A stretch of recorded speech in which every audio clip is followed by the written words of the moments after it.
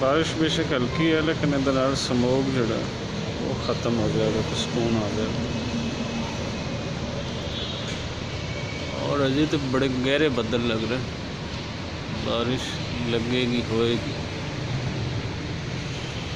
इस साइड तो शायद बेहतर नज़र आ रहा है।